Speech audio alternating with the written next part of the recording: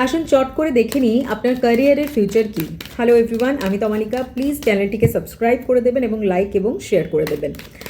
আপনি যেটাই করে থাকুন না কেন, জব বা বিজনেস যাই আপনি করে থাকুন না কেন, একদম নিয়ার ফিউচারে আপনার ক্যারিয়ার ঠিক কেমন হতে চলেছে আসুন চট করে আমরা সেটা দেখে নিই। দেখুন, কাজের ক্ষেত্রে আপনি প্রথম কথা হচ্ছে কাজের ক্ষেত্রে রিসেন্টলি আমি যেটা দেখতে পাচ্ছি, আপনি কোনো জব করুন বা কোনো বিজনেস করুন, কারোর সাথে আপনার টুকটাক কোনো তর্কাতর্কি হয়েছে বা একটা মনোমালিন্য হয়েছে বা মতের অমিল হয়েছে, এরকম কোনো একটা সিচুয়েশন দেখা দিয়েছে।